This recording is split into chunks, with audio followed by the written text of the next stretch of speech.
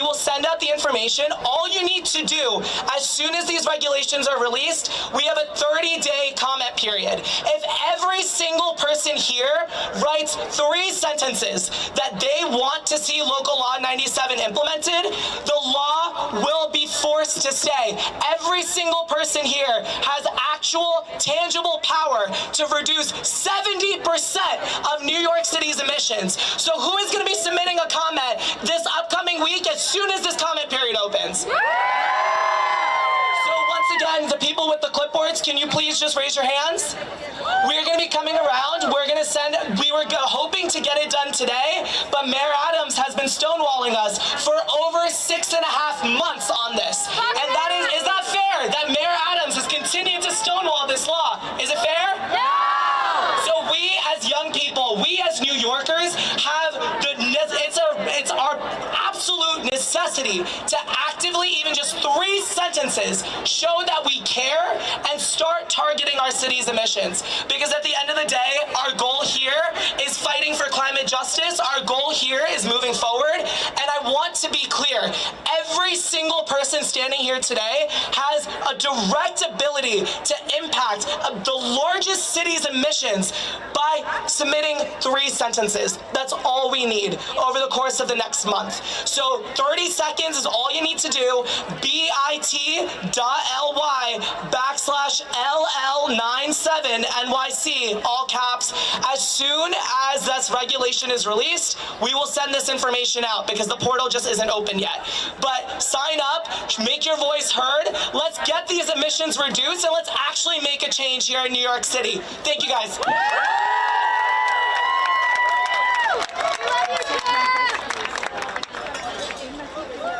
Okay, my job. So our next speaker is the director of Pacific Island Students Fighting Climate Change. Please welcome Solomon Yu.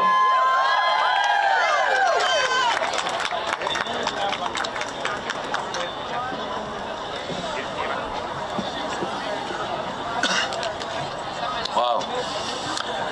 Good fall evening, everyone.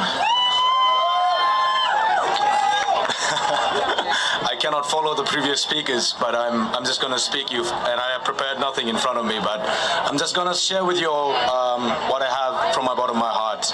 And as a person who have been part of this community and people who have been pushing for this campaign that I'm about to share.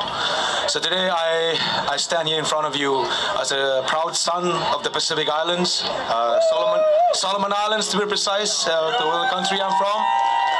But I'm part of a region that we are known as a one big Pacific family. And I'm not here alone. I'm here with my fellow Pacific Islanders from all across the Pacific who are here to stand in solidarity, not just for the civil society, not just for the courts as well, for our governments as well, who are also in support of the campaign that we're trying to push forward. Today, I just want to highlight 2 important things as a context to the campaign that I'm going to share with you all. And first and foremost is that Pacific Islands have long been calling for climate crisis, long before anyone ever talked about climate crisis. We were in the front line of a climate crisis when for 30+ years we've been calling for climate crisis. No one listened to us. Not until recently, people are starting to take notice about the climate crisis, not only just happening in the Pacific, but it's happening global, worldwide, everywhere. And now people are starting to act. Of course, I'm not here to talk about the climate crisis again, about the problems and impacts. My people and those before me have already shared that adequately. What I'm here to talk about is the solutions. So in the Pacific, and around the world, I believe there are people whose basic human rights, they are no longer able to enjoy and exercise their basic human rights. And secondly, is basic human rights because of climate crisis. And secondly, is a story I would like to share from Solomon Islands back when we were colonized by the United Kingdom.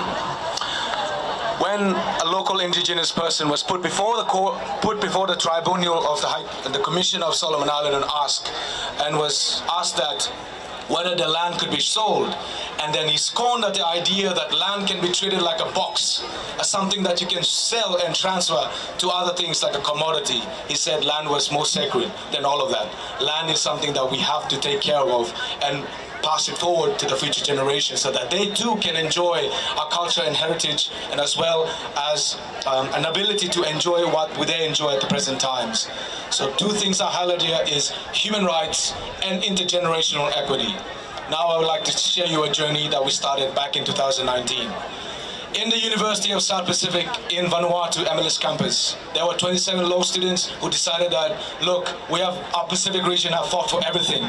We fought for everything on climate change, we put everything on the table, but still progress is not going as the way we want. Every millimeter of sea level rise, it has detrimental impacts to the people of the Pacific, and not just the Pacific, for everyone across the globe right now. We tried pushing all sorts of things, 1.5 degrees Celsius target in the Paris Agreement. We advocated strongly for that, and still we see no progress. And other international agreements and all of the conversation, we put in all our best, still we are seeking no progress. But still, we're hopeful. We're continuously looking for solutions in this world that we face, world that we're living in today. And one solution that we have not considered, and the world has not considered, is the world's highest court, the International Court of Justice. It is the only international mechanisms out there in the world today that have not yet heard a matter of climate change before it. So what did we do? Together with the 27 law students, we filed together a proposal, and we put it to our government saying that you need to initiate this process to take the world's biggest problem, climate change, to the world's highest court. Through the backbone of and little resources that we had in the beginning, we mobilized our communities, our people, our families, our governments together to rise to this challenge and take this opportunity to bring forward the solution to the international community. And then just recently, in the short time of years, we managed to bring forward this campaign to the rest of the world. And now all we need to do is to get it through the United Nations, is to seek a simple majority vote of UN member states this year in this United Nations General Assembly 77 session. In order to get this through the International Court of Justice, we require those votes.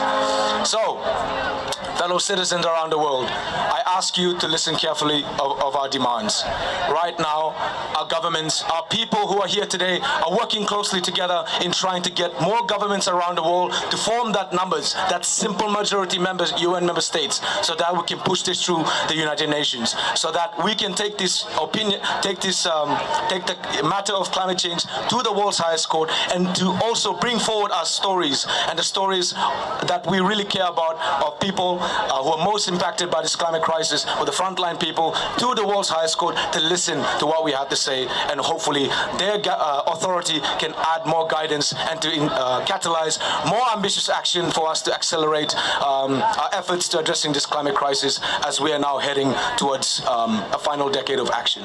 So I will not take too much time of your attention.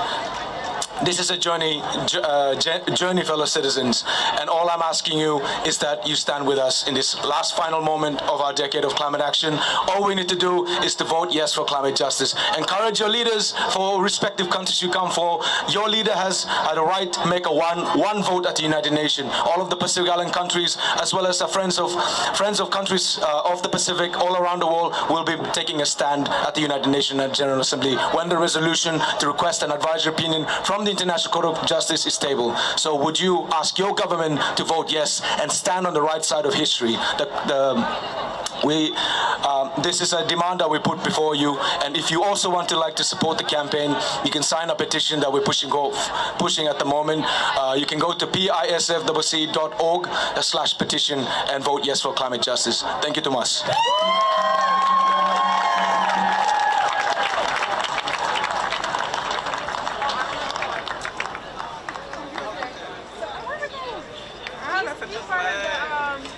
Hi everyone. Next up we have climate justice activist Wala Gathero. Please give her a warm welcome.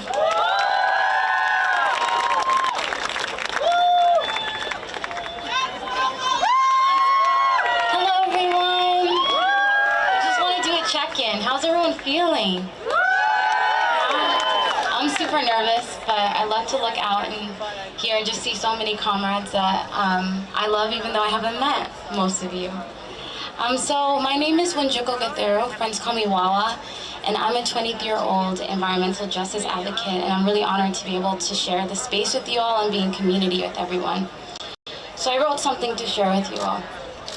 If you look at a map of the regions of the world most impacted by the climate crisis, you'd immediately notice that it looks like a colonizer's playground, and it was designed this way. The Industrial Revolution that we often attribute to being the father of the climate crisis didn't pay for itself. It didn't raise itself. It was subsidized with blood money from slavery and validated by manifest destiny, and therefore places the climate crisis as being a direct descendant of chattel slavery and indigenous genocide. We know this. Our brothers and sisters on the front line know this. And we have every right to feel angry. We feel angry at our designation as the custodians of the greatest mess in human history, a mess we didn't make, but must fix as a means of survival. And oftentimes we feel overwhelmed with a task we don't always feel prepared for. If you're like me, climate action can sometimes feel very intimidating because it feels as though we're shouldering the weight of the world alone. It can feel intimidating because we feel as though we must leave parts of ourselves, shed our flawed selves to find a place in the climate movement. But the truth is, climate action is not about leaving oneself. It's about coming to oneself, about rediscovering our collective generational inheritance as social change makers and the community that ushers in. While this specific task of solving the climate crisis may be new, daring to fight for a better world without a guarantee of success is not. We are following in the footsteps of those who came before us. Revolutionary action is not an anomaly, it's our birthright.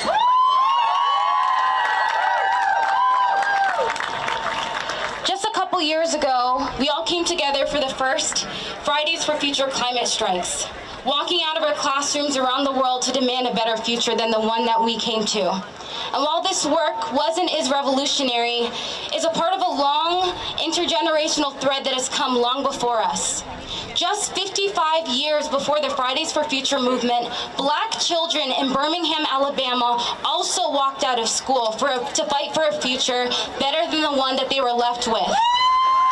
On May 2nd, 1963, thousands of Black youth ages 7 to 18 skipped classes and gathered at 6th Street Baptist Church to engage in a nonviolent march to downtown Birmingham, Alabama. The Children's Crusade is what it's remembered as. It's remembered as a pivotal event of the civil rights movement that opened the eyes of the nation and the world to the courageous activism of its youngest Black citizens and was a turning point in the passage of the Voters' Rights Act of 1965. And the thing is, many of those youth are still alive today, and we have so much to learn from them. While the climate crisis is the greatest existential threat, it's not our first. People have fought for their lives before. And there's so much to learn from those that have come before us and that are still here. There is no need to reinvent the wheel. By drawing upon our ancestral aptitude to meet this moment in history, the climate movement, we can and we will usher in a better world.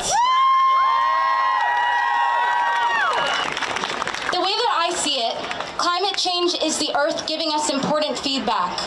It's Mother Earth telling us that the systems that we've relied on for so long aren't working, that the systems of oppression that have led us here cannot continue. Mother Earth is giving us a once-in-a-species-long opportunity to reprioritize, to abolish white supremacy, to demand Black liberation, and instead usher in a world that allows us all to live a life beyond survival. Thank you.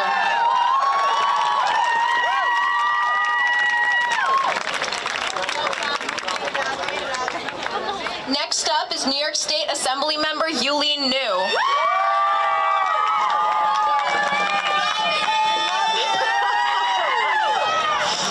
Oh my gosh, it's so good to see everyone today.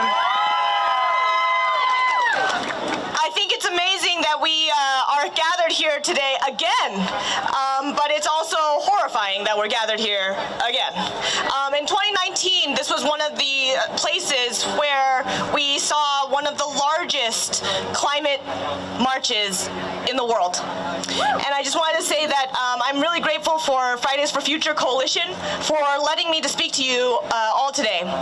This is an amazing group of young people, and it's inspiring but also heartbreaking, because we are seeing that it has come to our young people begging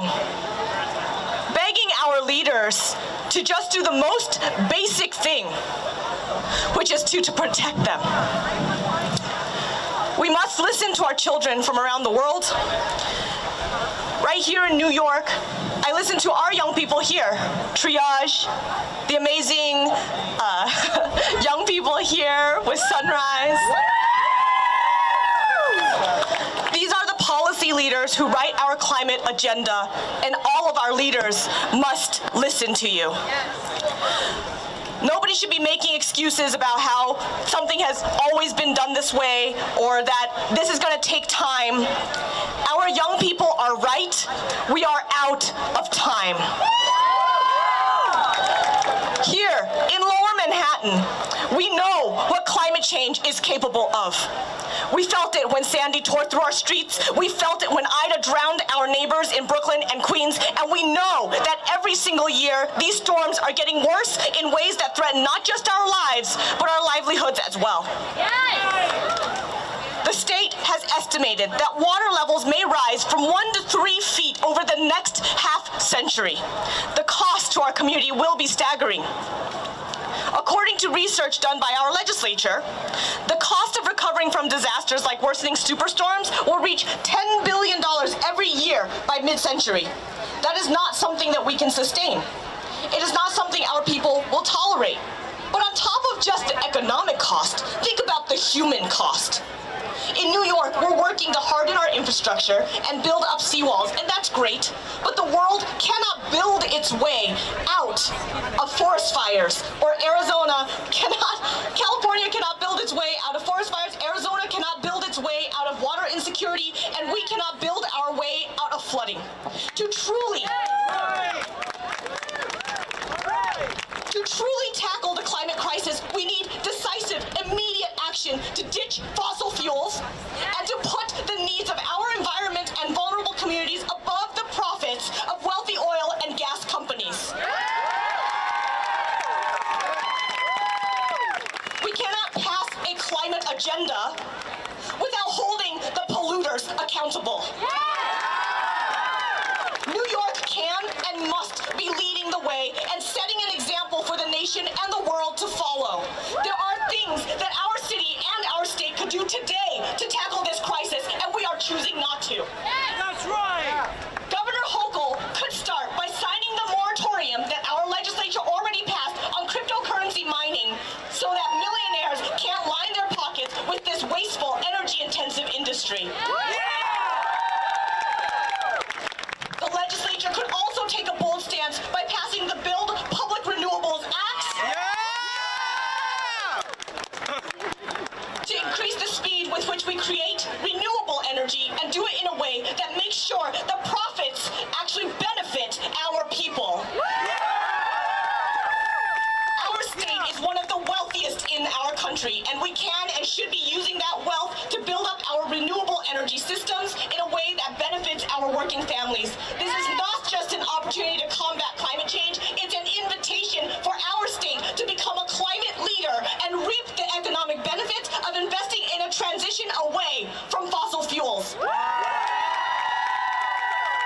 Our state should be and can be positioning itself as a magnet for green climate jobs and innovation that will provide jobs of the future for our workforce. And even better, they'll be helping to safeguard not just our city, but our country and our world in the process. Already, our most vulnerable communities here in the city and throughout this country and world are feeling the insecurity and pain brought about by climate change. And yes, this is about greed. This is about comfort for a few, and this is about making money. This suffering will only get worse, and it is easy to feel grim or hopeless about the future of our environment, but listen to our children. We can change this trajectory if we just listen. And I am continually awed by their willingness to fight day in and day out for all of our futures.